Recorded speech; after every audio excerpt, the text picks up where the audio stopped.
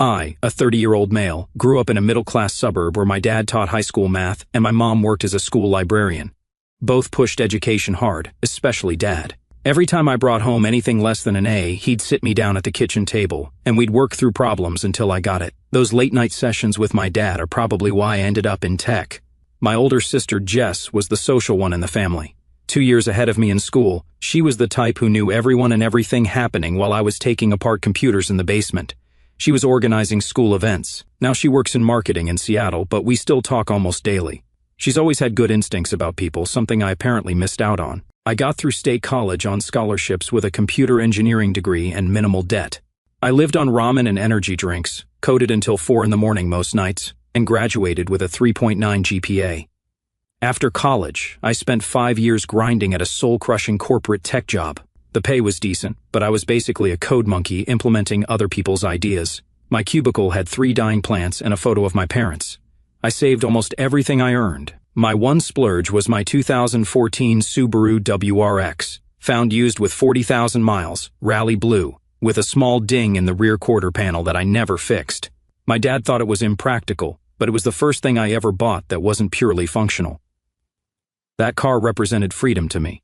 I spent weekends detailing it or making small upgrades, a cold air intake, a short throw shifter, nothing crazy, just enough to make it mine. At 27, my college roommate Jason reached out. We'd stayed in touch, grabbing drinks every few months to complain about our jobs. He had this idea about using AI to detect deepfakes and manipulated media. This was back in 2020 when deepfakes were just starting to get mainstream attention. We both quit our jobs the same day and launched our startup.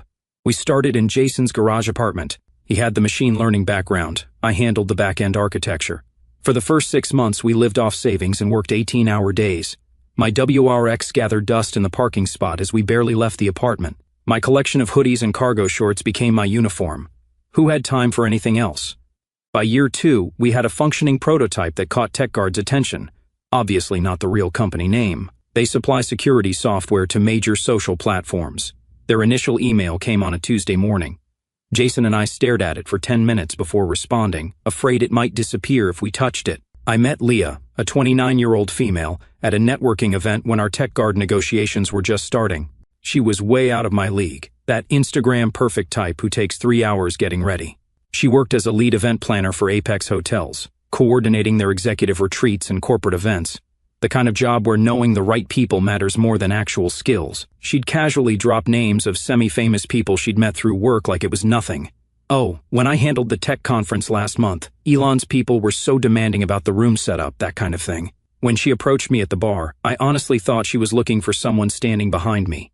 Our first conversation was about the appetizers. She laughed at my jokes, seemed interested in my work, and asked for my number before leaving.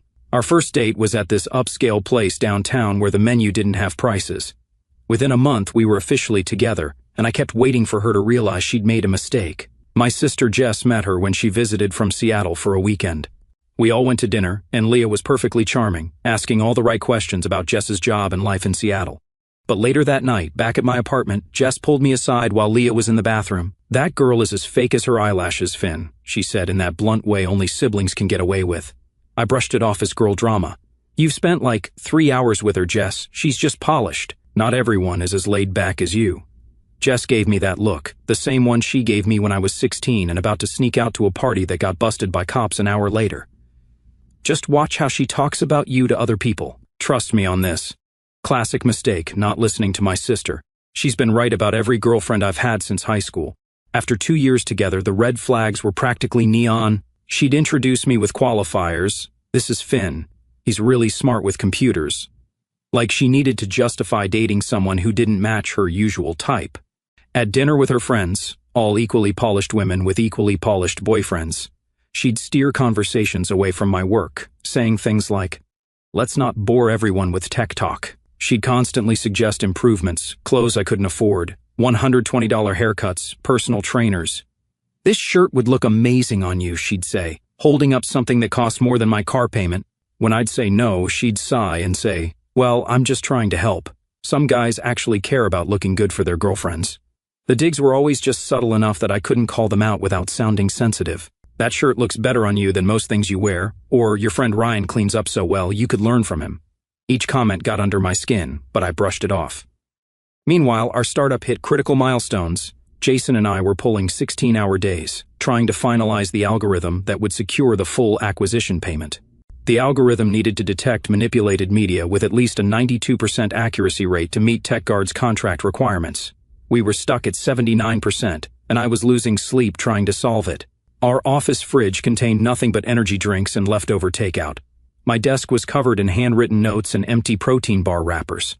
I kept a change of clothes at the office for the nights I didn't make it home. My WRX sat neglected in the parking garage. I hadn't even driven it in weeks. Once, when I finally did, it had a layer of dust so thick I could write my name on the hood. Leah's patience with my schedule was wearing thin. I didn't sign up to date a ghost. She'd snap when I'd cancel plans. My ex never put his job before me. I kept thinking it would get better once the acquisition was complete. My parents noticed the change in me during our weekly video calls. "You look tired, honey," my mom would say, that worry crease between her eyebrows deepening. Dad was more direct. "Son, is this woman worth what she's putting you through?" I defended her every time. "She's just ambitious like me. She understands the hustle." But even as I said it, I wondered if that was true. She understood her hustle. Mine was just an inconvenience. Friday night, Leah mentioned her friend Amber needed help with her photography portfolio. We were at her place. I was half listening, scrolling through code on my laptop while she talked. She's building her wedding photography business. She needs couple shots for her website. Saturday at Riverside Park, 2 p.m. I looked up, finally processing what she was saying. This Saturday, Jason and I were planning to tackle the reference dataset issues. We're so close to a breakthrough. Leah's face hardened in that way I'd come to recognize. "We haven't done anything together in 3 weeks, Finn. It's a few hours of your precious time." The irony of her complaining about my work hours when she regularly put in 60-hour weeks herself wasn't lost on me, but I was tired of fighting. Tired of the cold shoulder and passive-aggressive comments that would follow if I said no. "Fine," I said, closing my laptop. "I'll meet you there at 2. She smiled, instantly warming. "Perfect. Wear that blue button-down I got you for your birthday. It actually fits you properly." Saturday, I texted Jason to start without me, then spent more time than usual getting ready, showered, shaved, put on the blue shirt, and even added that cologne Leah had given me. I stopped for coffee on the way, her specific order that required 5 modifications and took the barista 2 tries to get right. As I approached the park's stone bridge where we'd agreed to meet, I spotted Amber setting up her camera equipment. Then I saw Leah. She was with some guy I'd never seen before, not just with him, wrapped around him, her arms over his shoulders, his hands on her waist, faces inches apart as Amber directed them. The guy looked straight out of GQ, perfect stubble, trendy haircut, obvious gym rat. He wore an expensive jacket I recognized because Leah had shown me the same one online 2 weeks ago, suggesting I invest in my appearance. I stood there, coffee in hand, watching this bizarre scene unfold like I was having an out-of-body experience. Leah spotted me and whispered something to the model. He nodded and stepped away, checking his watch like he had somewhere more important to be. She walked over, that practiced smile on her face. "Hey, you made it," she said, taking the coffee from my hand without a thank you. I noticed she was wearing the earrings I'd given her for our anniversary. The cognitive dissonance was dizzying. "Who's that?" I asked, nodding toward the model, who was now checking his phone with practiced disinterest. "Oh, that's Eric. He's helping with the shoot. And you didn't think to mention this?" She rolled her eyes and sipped her coffee. "Come on, Finn. These photos need to look high-end. Amber's trying to book wealthy clients." She gestured vaguely at my entire existence. "You're not exactly photogenic. Too ugly for the camera." I was processing what she was saying when Leah sighed with theatrical patience. "It's not personal. It's business. Look at Eric, and then look at yourself. Which one would help Amber get more clients?" She smirked slightly. "I mean, those startup hoodies and cargo shorts aren't exactly screaming dream wedding, are they?" The fact that I wasn't even wearing a hoodie or cargo shorts, I was wearing the exact shirt she'd asked me to wear, made the comment even more cutting. Then she actually patted my arm like I was a child. "You can wait at the coffee shop across the street if you want. We'll only be another hour or so. Or you can head back to your coding thing with Jason. I know that's what you'd rather be doing anyway." Her tone was so dismissive, so casually cruel, that something inside me just shut down. I stared at her, seeing with perfect clarity who she really was. It was like one of those magic eye puzzles from the 90s suddenly coming into focus. "No," I said quietly. "No what?" she asked, already turning back toward Eric and Amber. "No, I won't be waiting at the coffee shop." I turned and walked straight to my WRX without looking back.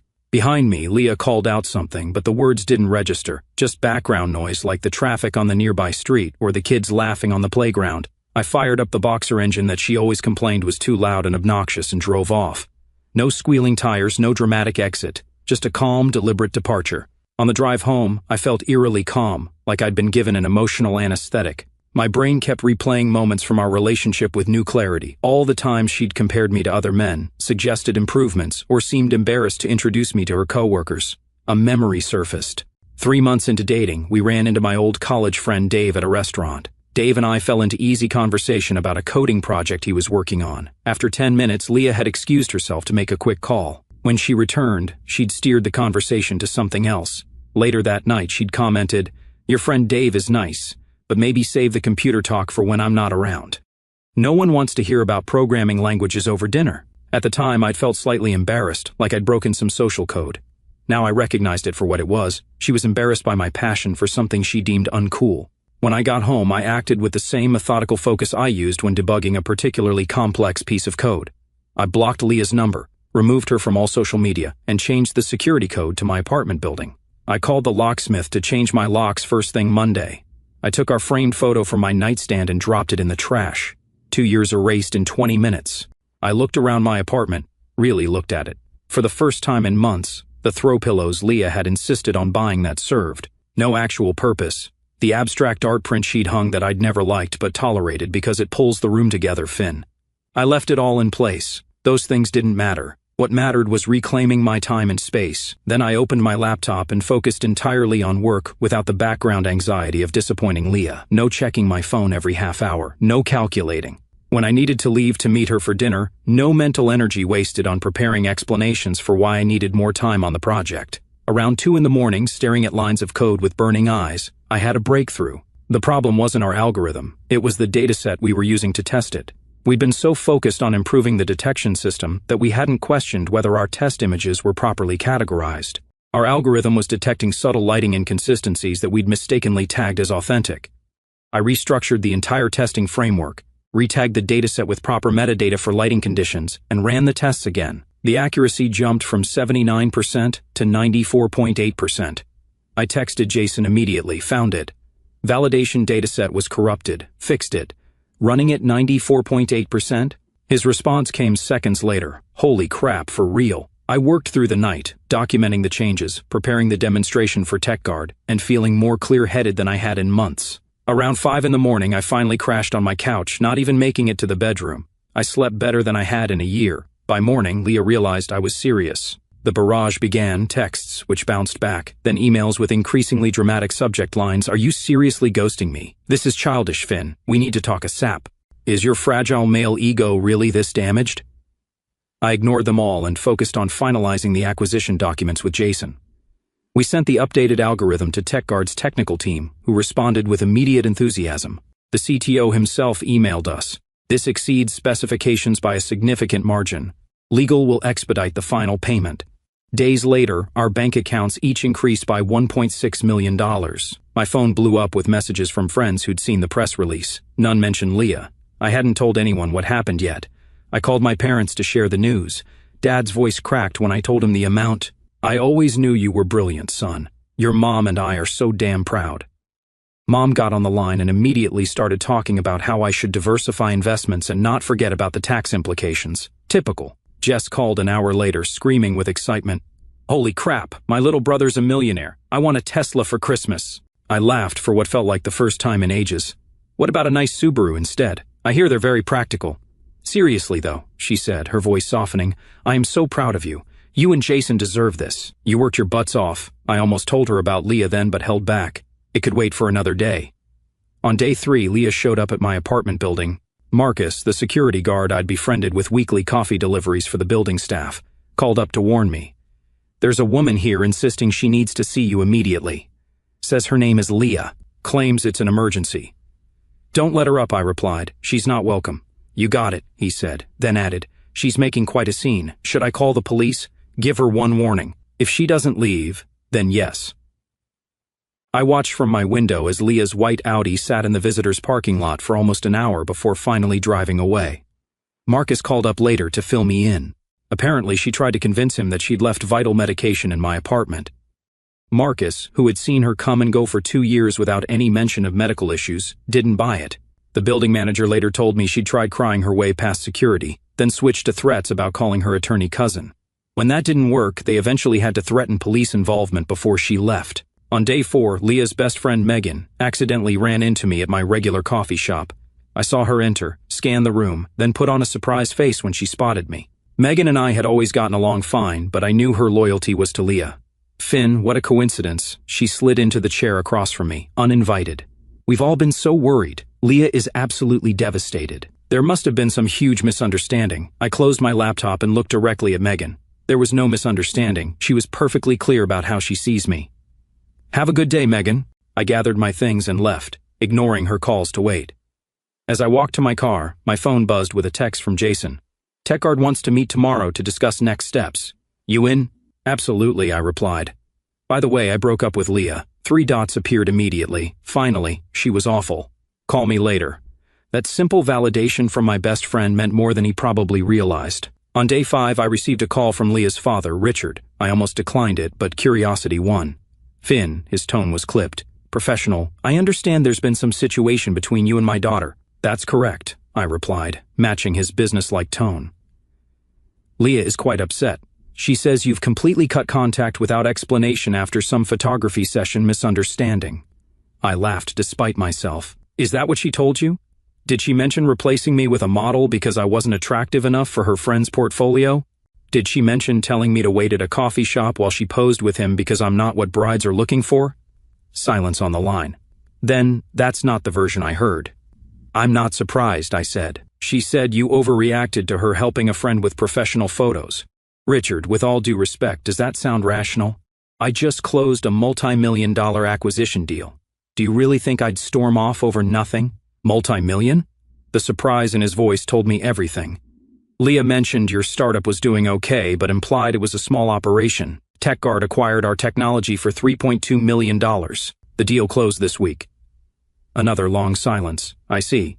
Your daughter made her opinion of me very clear. I've simply chosen to believe her and move on. I understand, he said carefully. For what it's worth, she's always had her mother's superficial tendencies. I had hoped she'd outgrown them. I had nothing to add to that. We exchanged curt goodbyes. 20 minutes later, I received an email from Amber Finn. Leah doesn't know I'm sending these. I'm horrified by what happened. I never would have agreed to this if I'd known the situation. I'm so sorry. Attached were dozens of photos from the park shoot. Most were standard portfolio shots of Leah and Eric, but there was a series at the end that made my blood run cold. Amber had captured my arrival, the moment Leah spotted me, her pulling me aside, and, most damning, her expression as she delivered the not camera material speech. The final shots showed my face going completely blank as I turned to walk away, with Leah rolling her eyes behind me. I downloaded the photos, then replied to Amber, "Thank you for your honesty." That same afternoon, I received a call from a number I didn't recognize. "Hello, is this Finn Patterson? My name is Diana Reed. I'm the events director at TechGuard. We're finalizing arrangements for the acquisition announcement next month, and I was hoping to speak with you about the press event. I vaguely remembered mentions of a formal announcement in our contract. Of course, how can I help? We typically do a joint press release with photos of the acquisition team and the founders. We're coordinating with Apex Hotels since they handle most of our corporate events. The coordinator there, Leah Taylor, mentioned she knows you personally. Should we include her in these emails for your convenience?" My stomach dropped. I had no idea Leah's company worked with TechGuard. She had never mentioned it. "Actually, Miss Reed, that won't be necessary. Miss Taylor and I are no longer affiliated. It would be better to keep communications direct between our teams." "Oh." Diana paused. "That's good to know. Actually, there have been some challenges in our communications with Miss Taylor recently. She's been quite insistent about handling the event personally. Now things clicked into place. Leah had probably seen this as her big career opportunity, managing an event for a multi-million-dollar acquisition that would get press coverage, and her boyfriend was one of the founders, perfect for her image. "Miss Reed, may I ask if you're satisfied with Apex Hotels as your event partner?" "Between us," Diana's voice dropped slightly, "we're considering other options. There have been some professionalism concerns, but nothing's decided yet." After the call ended, I sat staring at my computer, Amber's photos still open on the screen. A plan began to form. The next morning, I met with Jason to prepare our technical presentation for TechGuard's executive team. We needed to demonstrate the algorithm's effectiveness with real-world examples. "I have some authentic, unaltered photos we can use," I told him, sending over Amber's files with Leah's face visible. Jason's eyebrows shot up. Dude, is that Leah? What happened? I explained what had happened at the park. Jason had never been Leah's biggest fan, but even he was shocked. That's ice cold, he said, scrolling through the images. Are you sure you want to use these, though? They're perfect test cases for authentic, unaltered images captured in natural lighting with multiple subjects. The algorithm correctly identifies them as 100% genuine. No names will be used, just subject F and subject M. We prepared the demonstration, embedding the park photos alongside other test cases. The presentation would be viewed by TechGuard's entire executive team, including their CEO, CTO, and board members. What I hadn't told Jason was that I'd done some research on TechGuard's corporate events. They spent approximately $3 million annually on executive retreats, conferences, and press events, most handled by Apex Hotels. Leah had recently been promoted to Senior Corporate Event Manager, responsible for their biggest accounts. She had mentioned the promotion but never specified which accounts she managed. TechGuard was likely Apex's largest client and Leah's biggest career opportunity. The day of our presentation arrived. The TechGuard executives filed into the conference room, 10 people in total, including Dr. Adam Langston, the CTO who'd been our main contact. I recognized Diana Reed from our phone conversations, a sharp-looking woman in her 40s with short gray hair and bright red glasses. Jason and I delivered a flawless demonstration of the algorithm. When we reached the section on authentic image verification, the park photos appeared on screen, Leah's face clearly visible as she explained why I wasn't camera material. No one reacted visibly to the photos. Why would they? They didn't know the context. To them, it was just test data, showing our algorithm's effectiveness. After the presentation, their CTO, Dr. Langston, approached me privately. Those park photos in the authentic image section, he said. The woman in them looks familiar. My heart pounded, but I kept my expression neutral. Oh, she's the event coordinator we've been working with at Apex. Leah something. Taylor, I supplied. Yes, that's her. Langston's eyebrows shot up. I see. He glanced back at the presentation screen. Well, Mr. Patterson, I appreciate your candor, and the effectiveness of your verification technology is quite illuminating.